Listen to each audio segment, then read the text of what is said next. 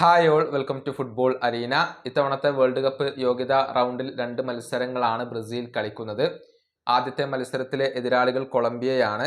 21-ാം തീയതി രാവിലെ ഇന്ത്യൻ സമയം 6:15 ഈ മത്സരം നടക്കുക. അതിനുശേഷം അർജന്റീനയും ബ്രസീലും തമ്മിലുള്ള ഒരു മത്സരം നമ്മെ കാത്തിരിക്കുന്നുണ്ട്. ആ മത്സരം 26-ാം തീയതി പുലർച്ചെ ഇന്ത്യൻ സമയം 5:30 നടക്കുക. ഈ മത്സരങ്ങൾക്കുള്ള ബ്രസീലിന്റെ സ്ക്വാഡ് പ്രഖ്യാപിച്ചപ്പോൾ നെയ്മർക്ക് ഇടം നേടാൻ കഴിഞ്ഞിരുന്നു. പക്ഷേ നെയ്മർക്ക് ഇപ്പോൾ പരിക്കിന്റെ ചെറിയ ചില പ്രശ്നങ്ങൾ ഉണ്ട്. അതുകൊണ്ട് തന്നെ സാന്റോസിന്റെ കഴിഞ്ഞ മത്സരം ഒരു മുൻകരുതൽ എന്ന രൂപേണ നെയ്മർ ജൂനിയർ കളിച്ചിരുന്നില്ല. മാത്രമല്ല അദ്ദേഹം അതിനുശേഷം ട്രെയിനിങ് നടത്തിയിട്ടുമില്ല. ഏതായാലും നെയ്മറുടെ കാര്യത്തിൽ ആശങ്കപ്പെടേണ്ടതുണ്ടോ? അദ്ദേഹം എന്ന് ബ്രസീലിന്റെ ദേശീയ ടീമിനോടൊപ്പം ജോയിൻ ചെയ്യും? ഇതുമായി ബന്ധപ്പെട്ട ചില വിവരങ്ങൾ പ്രമുഖ ബ്രസീലിയൻ മാധ്യമമായ UOL നൽകിയിട്ടുണ്ട്.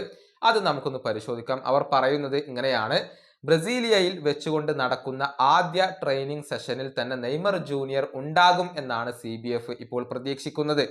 വരുന്ന തിങ്കളാഴ്ച അദ്ദേഹം ടീമിനോടൊപ്പം ജോയിൻ ചെയ്യും എന്നാണ് പ്രതീക്ഷിക്കപ്പെടുന്നത്.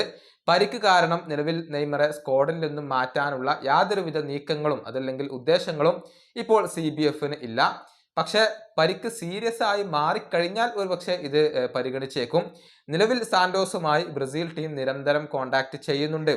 നെയ്മർക്ക് ഇപ്പോഴും വേദനയുണ്ട്, പക്ഷെ ഒരു സീരിയസ് ഇഞ്ചുറി അല്ല. നിലവിൽ ഒരു ദിവസം 2 തവണ നെയ്മർ ട്രീറ്റ്മെന്റ് എടുക്കുന്നുണ്ട്.